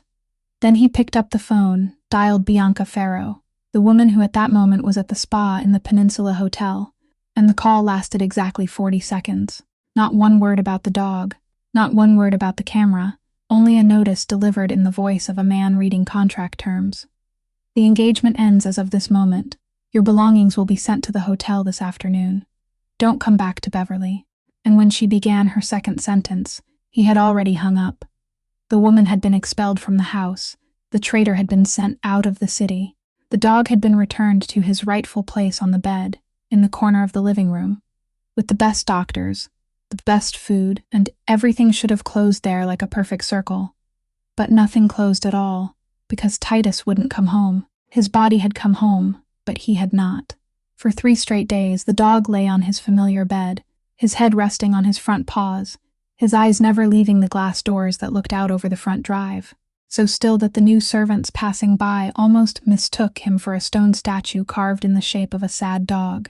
He didn't run out to greet Rocco anymore. There was no sound of claws striking the hardwood floor, no short tail beating against the air. When Rocco sat down on the sofa and patted his lap the way he had for 5 years, Titus only lifted his eyes to look at him once, then turned back toward the glass doors, and the food bowl placed beside his bed each day was carried away almost untouched. By the afternoon of the 3rd day, Nico came by the mansion, stood in the living room doorway looking at the dog for a long while, then said the thing he knew no one else in that empire would dare say straight to its owner's face. He doesn't miss the house, he misses the person who saved him. Those 3 weeks in that basement, to him, that wasn't being lost. To him, that was coming back to life. And now you've brought his body back here, but that other part of him is still lying in Pilsen. Rocco stood beside the window, both hands in his trouser pockets, looking down at the dog who had slept beside his bed for 5 years, and was now lying 10 feet away from him as if across an ocean. And he didn't argue, because the man who made his living reading people knew perfectly well that Nico was right. He only didn't know what to do with a truth no power on earth could bend. The next afternoon, the black Escalade parked once again in front of the brick building in Pilsen, and this time Rocco Falcone stood in the street, looking up at the girl sitting on the iron steps that led down to the basement with a cup of instant noodles in her hand. She had just woken from a day's sleep after her first night shift at her new job, cleaning at a 24-hour diner on the south side of the city that'd taken her on without needing a letter of recommendation. He did not circle around the matter. "He isn't eating," he said. "He isn't sleeping. He lies all day looking at the door. I need you to come see him." Marin set the noodles down on the step, looked at the man in the tailored suit standing out of place in her street, the way his car stood out of place among the rusted ones, and shook her head once firmly. "He's your dog," she said. "I returned him where he belongs. I don't know who you are beyond the things people whisper, and I don't want to know more. I found him beside a trash heap. I saved him. I returned him. That's the end of it. I have no reason to step into your life. And your life, forgive me for saying it plainly, isn't a place where someone like me can walk in and come back out unharmed. Rocco looked at her for a long while. He was used to refusal being the beginning of a bargain, used to every door opening if the right thing was placed on the table. And his first instinct was a number large enough to make even these iron steps nod yes. But he looked at the straight back of the girl sitting there, eating noodles outside a basement door, remembered what she had said in his office that day, and for the first time in his life, Rocco Falcone understood that there were gates for which money was not the key. Money was the thing that locked them forever, so he said nothing more. He nodded once, turned away, and the Escalade left the street, leaving Maren with cold noodles and the strange feeling that she had just won a battle no one had announced. That night she came home from the diner close to 1 o'clock in the morning, her body carrying the smell of frying oil and floor cleaner, and she had barely lain down on the bed when the old flip phone on the table began to vibrate, an unknown number. She watched it tremble through one ring, then two, and on the third she opened it, did not say hello, only pressed it to her ear, and she heard it. Not a moan, low, hoarse, steady, rising and fading and rising again, the sound of a large creature lying in the dark and calling for someone without knowing how to call, a sound that came through the cheap phone speaker and still kept the full weight of itself. And Maren sat bolt upright in bed, her hand tightening around the plastic shell. "He's been doing this all night," Rocco's voice came through behind that sound, and it was no longer the voice of a man reading contract terms. It was tired, hollowed out, the voice of a man who had sat beside a dog for 4 hours and couldn't do anything. "I've tried everything. The doctors say there's nothing wrong with his body.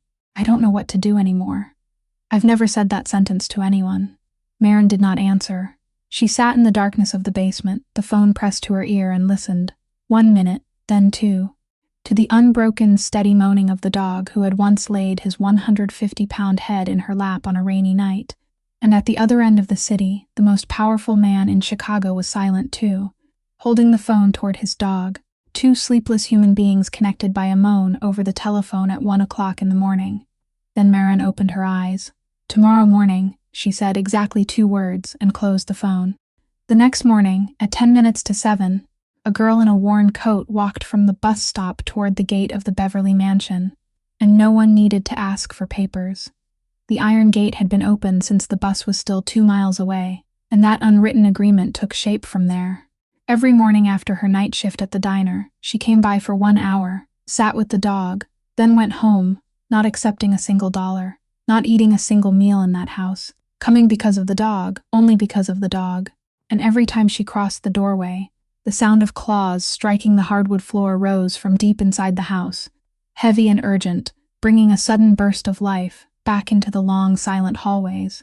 The call from Detroit came one afternoon that week, while Rocco was sitting in the office behind Il Faro, and the phone screen showed the name he had known would appear sooner or later, only he hadn't known whether it would be soon or late. Carmine Farrow did not offer a greeting. His voice was deep and slow, 61 years of life poured into every word, each word placed down like a chess piece pushed forward with 2 fingers. "I hear my daughter is no longer in your house." Rocco answered shortly. "That's right." Silence stretched for a few seconds on the other end of the line. The silence of a man unused to being answered shortly. Then Carmine went on. "You know, this engagement was never about 2 children falling in love, and then growing bored of each other. It was a treaty, Chicago and Detroit. You keep your roots, I keep mine, and between us is the shared road that feeds both houses. You break the engagement, you tear up the treaty, and when you tear up a treaty, son, there are consequences." Rocco did not reply. Carmine did not need him to. The call ended in less than 2 minutes, and the consequences arrived within the week, not loudly, without direct threats, without anyone knocking on the mansion door or standing outside the restaurant, because Carmine Farrow did not work that way. He worked like groundwater, no one saw it flowing, but the foundation kept sinking all the same. Rocco's shipments passing through the bonded warehouses along Lake Michigan suddenly began running into trouble. Containers held up over paperwork errors that had never been errors before. Random inspections whose frequency no longer had anything random about it. Loading schedules pushed back once, twice, then 3 times in a row. Storage fees doubled. And the longshoremen's unions that used to greet him with both hands suddenly lacked men on exactly the shifts when his cargo came in. With every passing day, money flowed out, not enough to shake him, but steadily enough for the eyes around him to see, and in this world, being seen bleeding was more dangerous than the wound itself. Partners began calling to check in, their voices still polite but less polite than the week before, calls that used to last 30 seconds now stretching to 3 minutes, because the man on the other end was weighing how much the Falcone name was still worth. And the rumor crawled through the circle like oil spreading across water, the kind of rumor no one admitted to starting, but everyone had already heard. Falcone broke off the engagement with Pharaoh's daughter because of a dog. Can you believe it? And I hear there's a maid too, some girl who scrubs floors, seen walking from the bus stop to the Beverly Mansion gate every morning. The boss traded an alliance for an old dog and a servant girl. Rocco knew every word of it. He didn't need anyone to report it to him. He could read it in the half-second of hesitation before partners nodded, in the way his own men let their eyes linger on him a beat longer than before. Nico came to the mansion one evening, the two of them sitting in the office, and Nico spoke plainly, the way he was paid, to speak plainly. You're losing partners. The two houses on the west side asked me last week whether you still had the situation under control. Carmine doesn't need to hit you. He only needs to sit still, tighten the rope little by little, and let this world doubt you on his behalf. And I have to say this straight too. Our world looks at the dog and sees one weakness. It looks at the girl coming here every morning and sees a second weakness. You're giving them 2 targets to aim at. Rocco sat behind the desk, his hands clasped together, his eyes on the dark window, where the living room lights were reflected back, and in one corner of that glass he could see Titus lying on his bed, his head lifted toward the gate, even though no one was due to come at that hour. He was silent for nearly a minute, and Nico waited, because he knew his boss was not the kind of man who made fast decisions out of anger, nor the kind who hesitated out of fear. Then Rocco said, without taking his eyes off the glass, "Let them talk." And that same week, on the other side of the city, another tightening closed around another throat, far quieter, and therefore far crueler. At 6 o'clock in the morning, Marin came home from the night shift, opened the rusted mailbox beside the building door as she always did, and among the pizza flyers was a thick white envelope. No stamp, no return address, which meant someone had stood right there, in front of her door, and slipped it in by hand. She took it down to the basement, sat on the edge of the bed, and opened it. Inside were 3 things. A photograph of Charlie through the glass of his room, the boy asleep, his head tilted on the pillow, taken from the hallway of the care facility where no stranger should have been able to get that far inside, the angle calm as a family picture. A photograph of this very building at night, taken from across the street, her basement window glowing with light, which meant that when the picture was taken she had been inside, and a white paper folded in half, block letters lined up straight, exactly 1 sentence. People can be transferred. Dogs don't need to be. Marin sat motionless for a long time, the 2 photographs and the slip of paper spread across her lap, in a basement so quiet she could hear the refrigerator running. Her heart was beating fast, but her hands did not shake. She had known this feeling for a very long time, the feeling of being backed into a corner where even screaming wouldn't make anyone hear. She had sat exactly like this at 22 years old, in a house that had just lost 2 people, with the first stack of hospital bills on her lap, and she had learned back then that screaming was a waste of strength. She didn't call Rocco. She didn't call Dr. Weaver.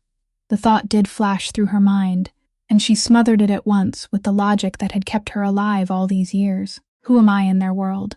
A girl who scrubs floors. How long can people protect a girl who scrubs floors before they get tired of it? And Charlie is lying there forever. No. Whatever can be handled alone is better handled alone. She folded the 2 photographs and the paper back into the envelope, shoved it beneath the mattress, deep against the wall, then stood and changed her clothes, because at 10 minutes to 7, she had a dog waiting in Beverly. And he did not need to know about things like this. That thought had been living in Marin's mind for many days. From those mornings when she sat in the mansion living room and watched Titus grow stronger little by little, his back legs steadier now, his steps dragging less, and the same thought kept returning every time that wrinkled head leaned against her leg, that there was one other person in this world whom she loved who was also lying motionless and staring out a window, and perhaps, only perhaps, those 2 creatures could give each other something medicine couldn't. She asked Rocco for permission one morning, brief and direct the way she said everything. "I want to take him to visit my brother, half a day. I can borrow a vehicle." And the man looked at her over the rim of his coffee cup and only gave one nod, asking no further questions. Though she knew perfectly well that if he wanted to, he already knew more about Charlie than she had ever told anyone. Dr. Weaver lent her the clinic's old pickup, the bed still carrying the smell of bedding straw. And that Saturday morning, Titus sat in the back seat, his enormous head sticking through the lowered window, the wind whipping the folds of skin on his face backward, making him look both funny and enough to make a person want to cry. 150 pounds of dignity, rumpled by the wind into a toothless old man smiling. The care facility stood on the eastern edge of the city, a low building painted white, with long hallways that smelled sharply of antiseptic, and mixed into that smell, because it was the middle of April, was the scent of the magnolia bushes blooming outside the windows. Two smells that did not belong together at all, just like places like this, where life and waiting shared the same room. Marin had called 2 days earlier to ask permission, had pleaded with the head nurse in the voice of someone unaccustomed to pleading.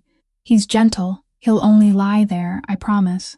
And the nurse looked at the dog, who was as big as a wardrobe, with suspicion for exactly 3 seconds before Titus settled the matter himself, by sitting down in the middle of the lobby and tilting his head.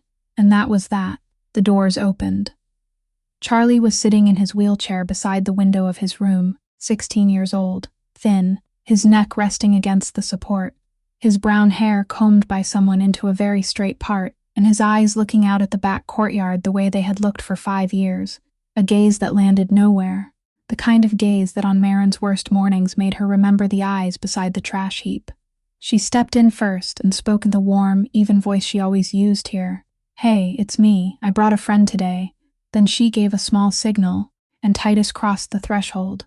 The dog stopped for one beat in the middle of the room, his nose working, reading the room in the way of his kind, the smell of medicine, the smell of bedsheets, the smell of the boy by the window. Then he walked forward, slow and careful, as if the floor were made of glass, to the side of the wheelchair, sniffed Charlie's foot, sniffed the edge of the blanket spread over his lap, and then, with a gentleness no one would have expected from a body like that, he lowered his 150-pound head and set it on the boy's lap. The room went completely still. Marin stood beside the bed, her hands clasped tightly together, looking at that wrinkled head resting in her brother's lap, watching the dog's breath move in warm waves through the thin blanket. 1 minute, 2 minutes, nothing happened, and she told herself that this was enough, that this was already beautiful. Then Charlie's finger moved. The index finger of his right hand, the hand that had rested almost motionless on the wheelchair arm for months, twitched once, so faintly that a blink would have missed it.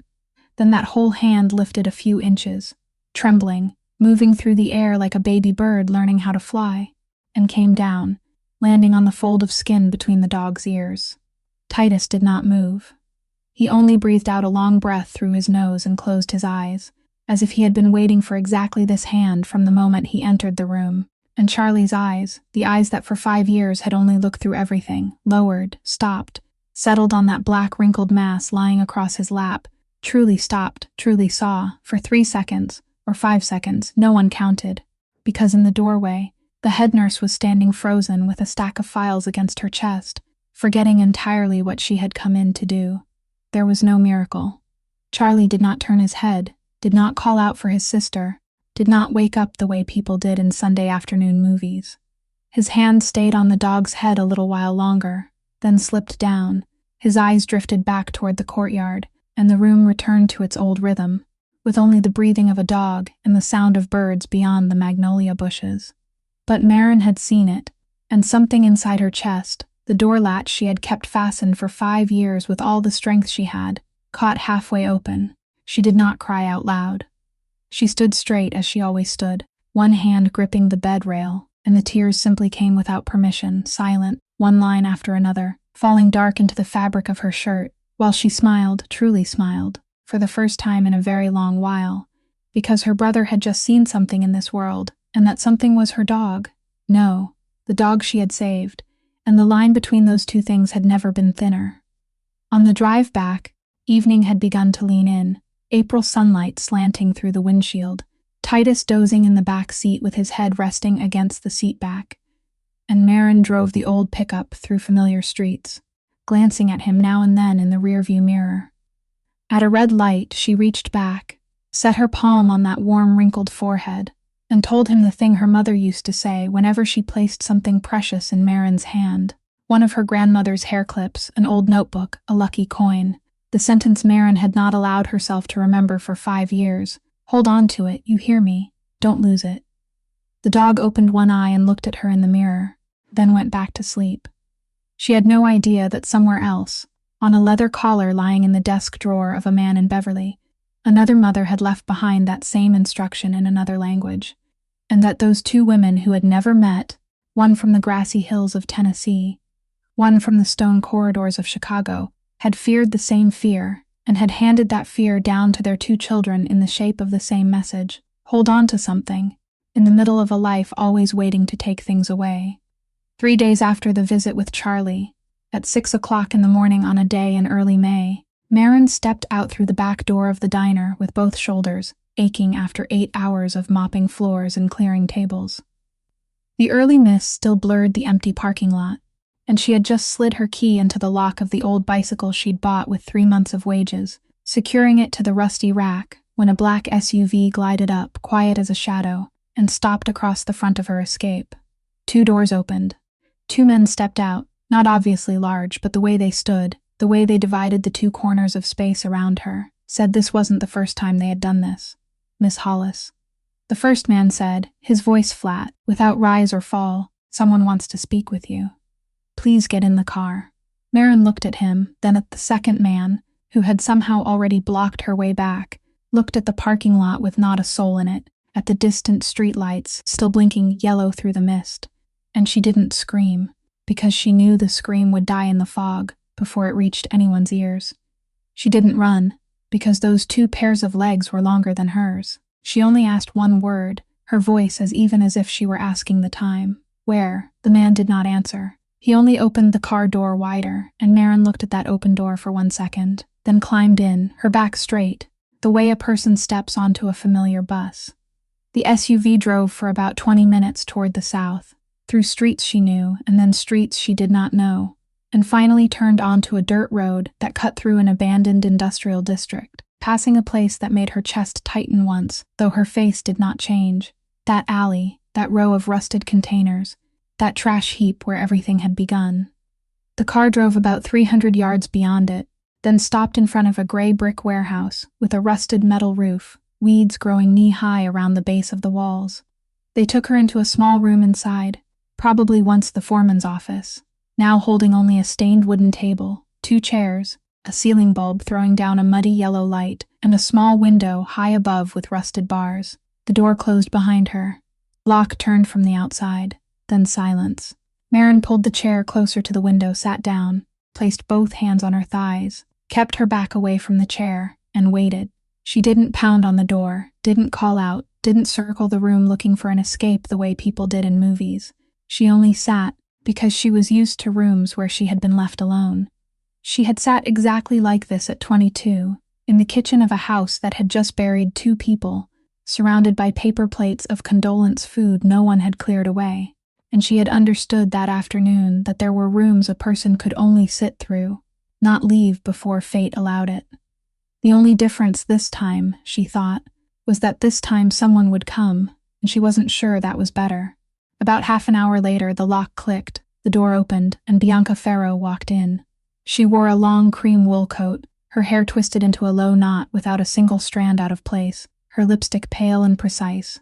The kind of makeup worn by a person who wanted to control the impression she left even inside an abandoned warehouse.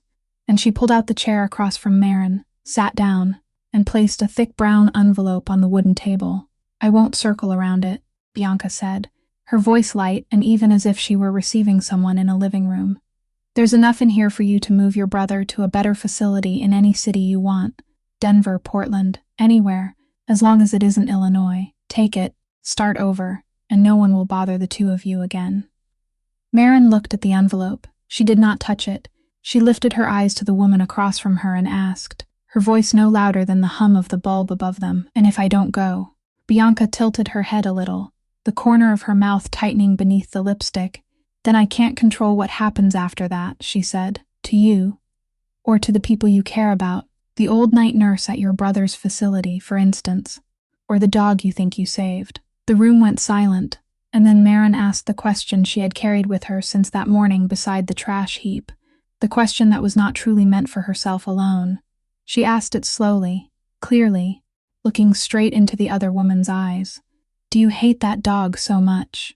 Something moved behind that perfect face, like a crack running across porcelain glaze, and when Bianca answered, her voice slipped for the first time out of its rehearsed tone, dropping lower. True now, and because it was true, it hurt. I don't hate the dog. I hate that he saw through me. 2 years I lived in that house, 2 years I did everything right, spoke right, smiled right, dressed right. In front of Rocco I was perfect. In front of his partners I was perfect. But that dog, from the very first day, he looked at me once and he knew. He knew before Rocco did. Every time I stepped into a room, he blocked me. Every time I sat down beside him, he put himself between us. 150 pounds of instinct. No evidence, no reason. Only one breath and he knew. And do you understand what it feels like to be seen through by an animal, with no way to defend yourself, no way to argue, no way to buy him off, no way to perform? And you, she went on, her gaze sweeping over Marin's worn coat, you're the servant. The whole world looks through you as if looking through glass. You should understand me better than anyone. Marin sat still and listened to all of it, neither nodding nor shaking her head, and when she answered, her voice remained at that same steady pitch, but each word was set onto the wooden table like paving stones. Here's the difference. I'm invisible because people don't bother to look. You performed for 2 years so no one would see who you really are. I didn't get a choice. You built your glass cage with your own hands and polished it every day until it shone, so I don't know which one of us is poorer. Bianca did not answer. Something passed through the bottom of her eyes, too fast to name. Then the porcelain glaze sealed again as if it had never cracked. She stood, smoothed the front of her coat, walked to the door, and before stepping over the threshold, turned back to look at the girl still sitting with her back straight beside the table, the envelope still untouched. Tomorrow morning, Bianca said. You have until tomorrow morning to decide. The door closed. The lock turned twice. The sound of her heels faded across the concrete. Then came the engine, then nothing. Marin Hollis sat alone beneath the muddy yellow bulb, in an abandoned warehouse about 300 yards from the place where she had once saved a dog, looking at the brown envelope lying in the middle of the table, and did not move. The light beyond the high window slowly climbed. Morning was coming to the city, to the diner that would find her missing from tonight's shift, to the Beverly mansion, where a dog would soon begin waiting for the familiar sound of footsteps at 10 minutes to 7. Footsteps that would not come this morning. At 10 minutes to 7 that morning, the iron gate of the Beverly mansion stood open as it did every day, and no one passed through it. At 7 o'clock, Titus was already standing before the glass doors of the living room, ears raised, nose working. At 7:30, he began to pace, from the glass doors to the front door, from the front door back to the glass doors, his heavy steps marking circles on the hardwood floor. At 8 o'clock, the dog scratched at the door. He'd never scratched at the door before. His claws screeched across the wood in long marks. He circled the living room, came back and scratched again, and from deep in his throat rose a moan, not the moan from the night he missed someone. This was something else, sharper, more urgent. The sound of a creature that had scented something wrong and had no language with which to report it. Rocco stood in the middle of the living room looking at his dog, and a coldness ran down his spine. The kind of instinct that had saved his life more times than all his bodyguards put together. She'd never been late. For 3 weeks now, 10 minutes to 7, no earlier, no later, steady as a clock hand. That girl had treated punctuality as the last kind of dignity no one could take from her. He called the old flip phone number. The phone was turned off. He called a second time. The same. The third time, the automated greeting had barely reached its 4th word before he was already dialing Nico. Check the diner, he said. Right now. Nico called back 14 minutes later, and his voice had stripped away every unnecessary word. Her bicycle is still locked behind the diner. Her bag is hanging from the handlebars, with her keys still dangling from the padlock. Her shift ended at 6 o'clock. It's 8:30 now, and no one saw her leave the lot. Rocco set the phone down. Inside his chest, A cold old machine started up, the calculating machine that had kept him alive for 20 years in this business. Who, why, for what purpose, and every answer pointed in one direction, toward Detroit, toward the woman who had stepped out of this house but had never truly left the board. But this city had 10,000 places to hide one small woman, and he didn't have 10,000 hours. He opened the front door, and Titus shot past his legs like a black body of water spilling down the steps, crossed the yard, stopped hard beside the Escalade, turned his head toward him, and barked exactly once, his first bark after all those weeks, dry, clean, a command. Rocco Falcone, the man who gave orders to an entire empire, opened the car door at the command of a dog.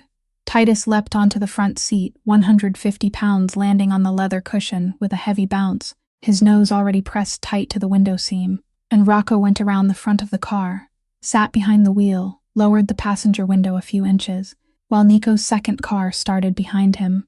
"Where to?" Nico asked over the phone. Rocco looked at the dog. The wet black nose was trembling in the stream of air through the window gap, his whole body leaning forward like an arrow set against a bowstring. And Rocco answered, "I don't know yet, just head toward the diner. He'll tell us." They drove south. Past the diner, Tice did not react, only gave a faint hiss in his throat, his nose still working. Rocco followed the path Marin usually pedaled back to Pilsen, and the dog stayed silent, both ears shifting back and forth like antennas searching for a signal. He turned the car again, tried the main road leading west, nothing. And then, almost by a second instinct growing inside him, Rocco swung the wheel onto the road that ran through the southern industrial corridor, where dead warehouses stood in rows inside the morning mist, the stretch of land where a maid had once taken a shortcut and saved a dog, and that dog exploded. Titus reared up, both front paws slamming against the dashboard, his entire 150-pound body shaking the car, and he barked not once but in burst after burst, fierce, hoarse, tearing through the fog by way of the cracked window, the barking of a creature that had recognized the ground beneath the tires with every bit of marrow in his bones. He knew this place. The smell of engine oil spread over puddles, the smell of rusted iron, the smell of weeds damp with fog. This was the land of the pickup bed, of zip ties and duct tape, of two red taillights drifting farther and farther away, the place carved into his scent memory as deeply as letters cut into leather. And within that terrible old map of smells, his nose had just caught a new thread, thin as a strand of thread, slipping through all of it, the smell of cheap soap and frying oil, and the smell of human skin he had rested his head on for 3 weeks beneath a basement ceiling. "Hit the gas," Rocco said into the phone. "He's found her." The two cars drove hard down the dirt road, Titus standing on all 4 feet on the seat, his nose sweeping through the window gap from left to right like a compass needle, barking in hard bursts when the car went the right way, whining when it slowed. And in that way the dog led the convoy of the most powerful man in Chicago through the dead industrial district, past the alley with the row of rusted containers, whose meaning Rocco did not yet know, another 300 yards farther, to the end of the road, where a row of gray brick warehouses appeared behind the thinning fog, and in front of the last warehouse, a black SUV sat motionless in the tall grass. The 2 Escalades braked 50 yards away. Nico got out first, 2 of his men spreading to either side, checking the SUV, empty, then moving to the warehouse's metal door, locked from the outside. A heavy combination lock, brand new among all that rust. Nico signaled, one of his men went back to the car for bolt cutters, and while the jaws of the cutters bit into the shackle, Rocco opened the car door for Titus. The steel snapped with a dry crack. The metal door screamed along its rail. And before any man could take a single step, a 150-pound black mass had shot through the opening and into the darkness inside, claws hammering across the concrete floor and echoing through the empty belly of the warehouse like war drums, straight toward the closed wooden door in the farthest corner, where muddy yellow light leaked through the crack. Inside that room, Marin heard everything in the proper order: the distant engines, the snap of steel breaking, the metal door screaming along its rail, then the sound of claws hammering across concrete, drawing closer and closer, a running rhythm she recognized before her mind even had time to name it.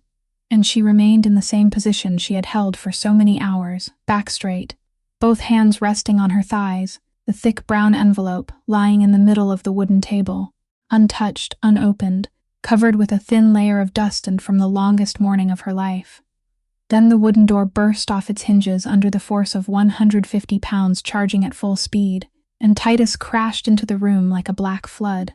He didn't stop to lean against her legs the way he did every morning in Beverly. He didn't press his head into her hip the way he had on basement afternoons. He reared straight up onto her, both front paws landing on her lap, and he licked. He licked both her hands, licked her wrists, turned each finger one by one with his warm, rough tongue, not missing a single one, then started over again, the backs of her hands, her palms, her wrists where the pulse beat, up her arms, up to her chin, never stopping, never slowing, as if he were verifying every inch of her flesh in exactly the same way he had once verified his master's hand in that basement, as if only that tongue could confirm that this person was whole, warm, alive, still here. And the girl who had kept her back straight for 27 years, straight through her parents' funerals, straight through stacks of bills, straight through the false accusation of stealing pearls, straight through the interrogation room of a boss, and the locked room of his enemy, that girl broke. She folded forward, wrapped both arms around the dog's thick neck, buried her face in the warm folds of skin, still carrying the breath of morning mist, and she cried. Not the kind of silent tears that had slipped out without permission in Charlie's room. She cried out loud, the first sob breaking from her clumsily and painfully, like an old joint that hadn't moved in years, then the second, then a whole chain of them, her shoulders shaking in waves, her breath torn apart, her tears soaking into the black fur and mixing with the dog's saliva on her hands, and she cried into the dog's neck all the things that had frozen inside her since she was 22 years old, cried like a person who had finally understood, after all those years, that maybe she didn't always have to endure everything alone, that there was a living creature in this world that had crossed the city through the fog just to turn over each of her fingers and make sure she was still whole. Titus stood still and let her hold him, only his short tail, thumping slowly against the table leg, and now and then his tongue licked the edge of her ear once, as if adding one more seal to be certain. In the broken doorway, Rocco Falcone stood against the light, the morning glow from the hollow of the warehouse, drawing a white rim around the dark outline of his suit, his face sunk in shadow, motionless. He had seen everything from the first second. The girl sitting with her back straight in a room locked from the outside, and he also saw the thing lying in the middle of the table, the thick brown envelope, its folds intact, its seal unbroken, enough money inside to change the life of a maid and her sick brother. Lying there through a long night within reach of someone who had nothing left to lose, and it hadn't been opened. He looked at that envelope longer than he looked at anything else in the room, because in his world he had seen powerful men sell one another for far less. Then he spoke, not stepping in, not coming closer, his voice low, just loud enough to pass through the sobs that were slowly thinning out. From now on, no one touches you anymore. It was not comfort. It was not a promise from a man to a woman. It was spoken in the very voice he used to decide things that could not be appealed, the voice that turned a sentence into a clause of the city's underworld. And anyone in that life who heard it would understand that from that moment on, touching Marin Hollis meant touching Rocco Falcone.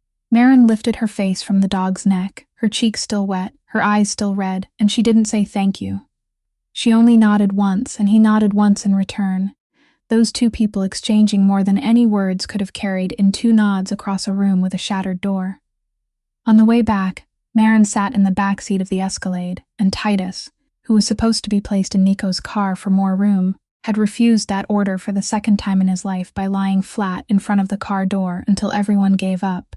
Now he lay sprawled across the whole seat, his 150-pound head set firmly on her lap, eyes closed, breathing the long, deep breaths of a mission completed, while her hand rested on that wrinkled forehead for the entire 20-minute drive back, not stroking, only resting there. And that was enough for both of them. And in the days that followed, during the times when Nico escorted Marin and Titus back to Pilsen, the dog had leaned his whole side against the thigh of the typically unflinching right-hand man, leaning there the whole way, warm and heavy and trusting without condition, and Nico Belante never said a word about it to anyone, except that from that day on, there was always a strip of beef jerky wrapped in paper inside the coat pocket of the Falcone right-hand man, and every time he came to the mansion, Titus was always the first one out to the gate, and no one in that empire was foolish enough to ask why. Rocco didn't strike back that same day, or even that same week, because he'd never made a move while angry, and because the blow he meant to deliver didn't need to be fast, it only needed to be enough. For many weeks earlier, the moment the camera as thin as a credit card was found inside the base of the makeup compact, Nico had quietly begun doing the opposite of what the Faro house had been doing for 2 years. If Detroit had sent someone in to examine Chicago's files, then Chicago would examine theirs in return, and on the night after the warehouse incident, Rocco sat alone in his office until 4 o'clock in the morning, with a file nearly 300 pages thick that his right-hand man had gathered, compared, and threaded together from sources that only 20 years in this life could open. Inside were 20 years of secrets from Warren of the Port District. No, from Carmine Faro. Undeclared streams of money moving through the bonded warehouse system along the lake. Phantom transportation contracts signed with companies that existed for only 6 months before dissolving themselves. Overseas transfers that didn't match a single shipment. The names of port officials drawing salaries from 2 places at once. Carmine was careful, but no underground empire exists without cracks. There are only men patient enough to find them, and Rocco Falcone was the most patient man this life had ever produced. The next morning, he met a lawyer at a small coffee shop downtown. Not his lawyer, not anyone inside his system, but an independent attorney who specialized in handling anonymous tips for federal agencies, the kind of person whose existence allowed 2 worlds to never have to touch hands. The meeting lasted 15 minutes. No handshake, no recording, not a single paper signed, only a thick envelope changing places on the table between 2 cups of coffee no one drank. Then the 2 men stood and walked away in opposite directions, and the machinery of federal law, slow machinery, but once it started turning, no hand could stop it, began to move. 3 days later, the Federal Bureau of Investigation opened a file on the Detroit bonded warehouse network. No noise, no press conference, no sirens, but the people who needed to know all knew within 48 hours. Containers carrying the codes of companies tied to Faro were held at the port for inspection, and this time the inspections were real. Corporate accounts were frozen pending review. The port officials who had once drawn salaries from 2 places suddenly requested long leaves of absence. And Carmine's partners, in exactly the way of this world, announced nothing at all. They only quietly stopped answering calls, quietly postponed meetings, quietly evaporated from his contact list, because in this circle, people didn't abandon a sinking ship, they simply claimed they'd never been on that ship at all. Carmine Faro lost control of his port system in exactly 2 weeks, without a gunshot, without a drop of blood, without a single threat being sent, because Rocco didn't need to hit him. He only needed to drag that empire built in the dark out into the light, and in the light no underground empire can stand. The news reached Bianca through the phone in the apartment she'd rented downtown after leaving Beverly. She called her father. No one answered. She called her father's lawyer. He said he was busy and would call back, and he never called back. She sat by the window looking down at the city lighting up and understood, with the merciless clarity of someone raised inside that very world, that the ground she'd stood on for 29 years had just collapsed beneath her feet. No father's money, no father's power, no one behind her anymore. She had become the very thing she feared most in the world, a woman who was nothing at all. Then the final call came, and this time it was Rocco's number. He didn't send a message through Nico, didn't have anyone relay his words. He called himself, his voice as ordinary as if he were arranging a meeting. Come to the house, 4 o'clock this afternoon. Bianca arrived on time, long coat, hair pinned neatly, careful makeup that couldn't hide the dark circles beneath her eyes. And she passed through the iron gate, past the oaks, through the hallways she'd called home for 2 years. Titus wasn't in the living room. Rocco had told Nico to take him out to the backyard beforehand, not because he was afraid the dog would do anything, but because he didn't want the dog to have to look at the person who'd thrown him away one more time in this life. The office, the closed door, 2 people seated on opposite sides of the oak desk, and Rocco offered no water, asked after nothing, made no preamble. He only placed one object on the table between them, the worn old leather collar, and slowly turned it so the carved word faced her. Do you know what this word means? He asked. Bianca looked at the collar. She'd seen it around that dog's neck every day for 2 years, every time he blocked the door, every time he growled, and she'd never once asked what that word meant, because she'd never once cared. She didn't answer. Rocco didn't wait. And when he spoke again, his voice changed. For the first time in this entire story, no longer the voice of the boss reading out terms, no longer the frightening gentleness of the interrogation room, but the voice of a human being opening a door he'd never opened for anyone. My mother said that word before she died. Resta, stay. She didn't finish the sentence. I was 15 years old. I didn't understand. But when I raised that dog from the time he could fit in one hand, I understood. I carved that word into his collar because he was the only thing I'd been able to keep. Not because he was loyal. Loyalty can be bought. But because every time I looked at him, I remembered that I still knew how to care for a living creature without needing it to bring me anything in return. That was the last human part of me. And you mix that part into a bowl of meat. Bianca sat motionless, and then the last porcelain glaze broke. Tears ran down quickly, beyond control, smearing her careful makeup, and she said, her voice shattered, "I loved you, I did everything for you. For 2 years that dog stood between us. Didn't you see that? I only wanted you to look at me instead of him. I only wanted you to choose me." Rocco listened to all of it, his face unchanged, and when she'd finished, he stayed silent for a few seconds, then answered one word at a time, clear and not cruel. And precisely because it wasn't cruel, it became a sentence. The dog wasn't standing between us. He was standing between you and the truth. He looked at you once and knew who you were, and you couldn't endure that. You didn't love me. You loved the position beside me, and when the dog blocked your road to that position, you chose to remove him. Your father lost his ports because of files, and you lost the thing you lived for, and I don't need to do anything more. Now go. Bianca looked at him, tears still falling, but she understood. 2 years beside this man had been enough to understand that when he was done speaking, it was done. There was no next sentence, no second chance, not because he was cruel, but because in his world, once trust broke, there wasn't any glue that could put it back together. She stood, looked at the collar on the desk one last time, looked at the man who did not look back at her. He was looking at the word carved into the leather, his finger moving softly across it as if rereading a final wish. Then she turned and walked out, and the last sound of Bianca Farrow in this story was the sound of her heels striking the stone hallway, even farther away, farther still, then disappearing completely behind the closing of the great door. So softly it made no sound. Everything seemed to have closed gently. Carmine had fallen.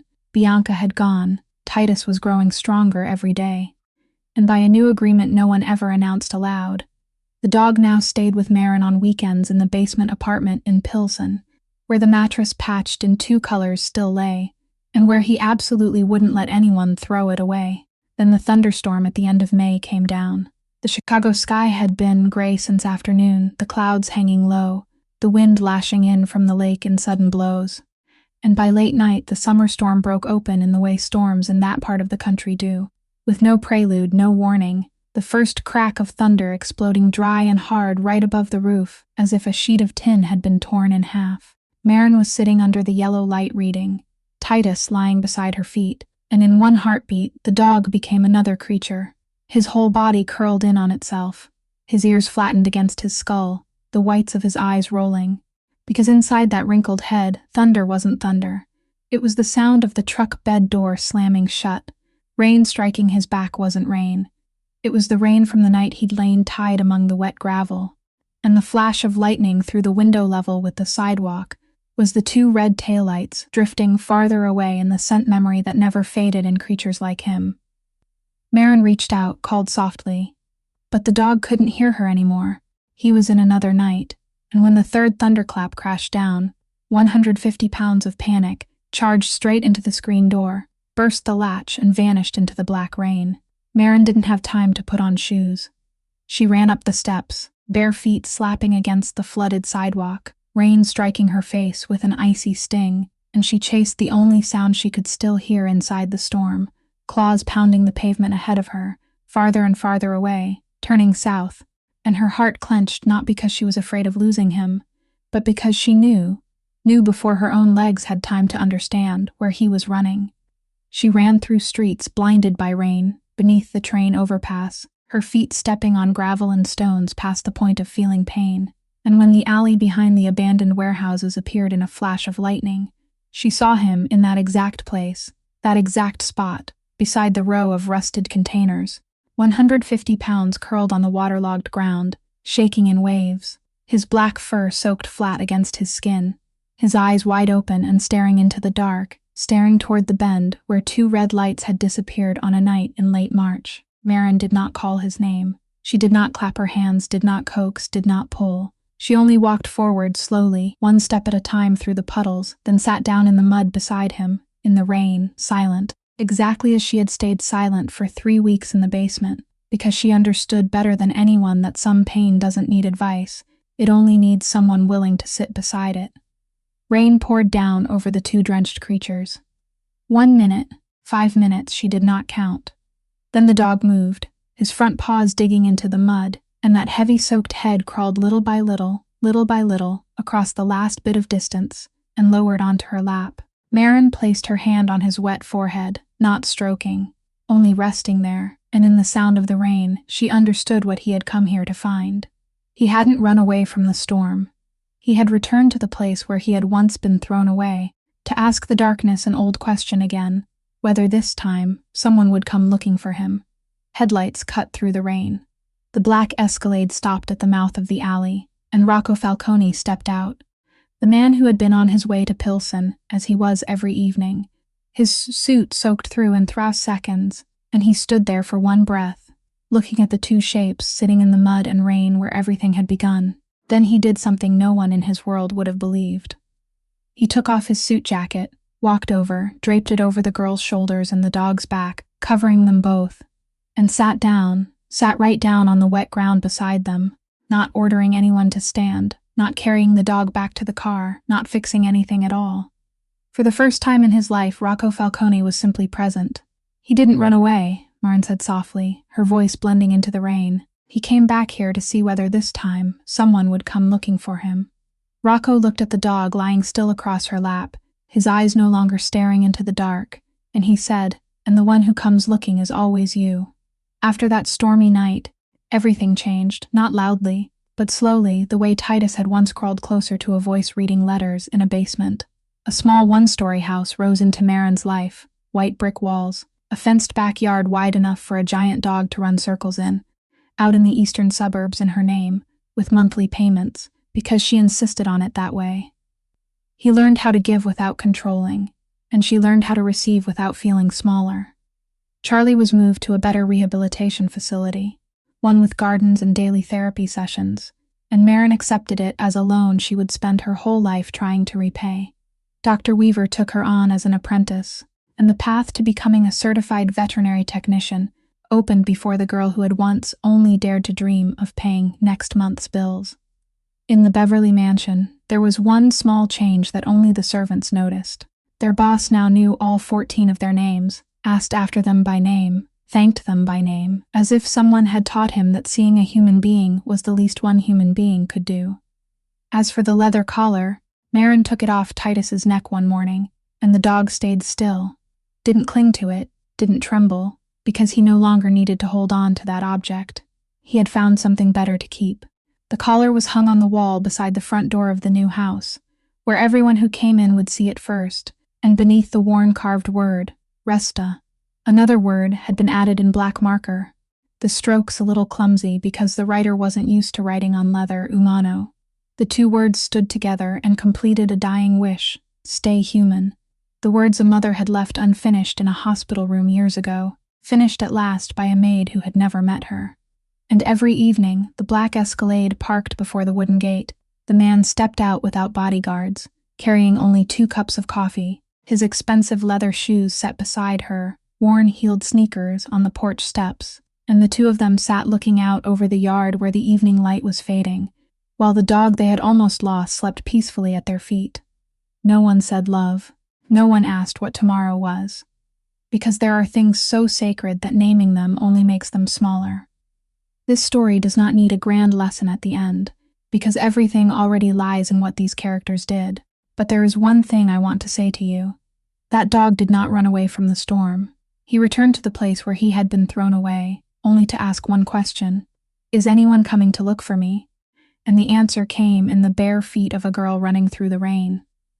Sometimes the person who saves you is not the one with power or money. but the one who still sees you when the whole world looks through you. And perhaps the greatest lesson of this story is this: every person around us, whether a floor scrubber or a silent housekeeper, carries a name, a story, a heart that knows how to hurt, and respect is not something we hand out to those we decide deserve it. It is the minimum every human being deserves to receive, because when we truly see someone, we may be saving a life without ever knowing it, and when we are kind to a living creature that cannot repay us, that is when the human part of us shines brightest. If this story has touched your heart, please press like and share the video so stories of kindness can travel farther. And don't forget to subscribe to the channel and tap the notification bell so you won't miss the engaging videos we share every day. And you, how did this story make you feel? Which character stayed in your heart the longest? Which moment made your throat tighten? And do you see somewhere in your own real life a Marin, a Titus, or someone who was once invisible in a crowd? Please write your feelings from deep in your heart in the comments. We read every line and always hope to hear your own story, because perhaps you too once stopped for someone, or someone once stopped for you. Thank you for staying with this story until this very moment. I wish you and your family abundant health, a joyful life, and peaceful, serene days in your hearts. Goodbye, and I'll see you again.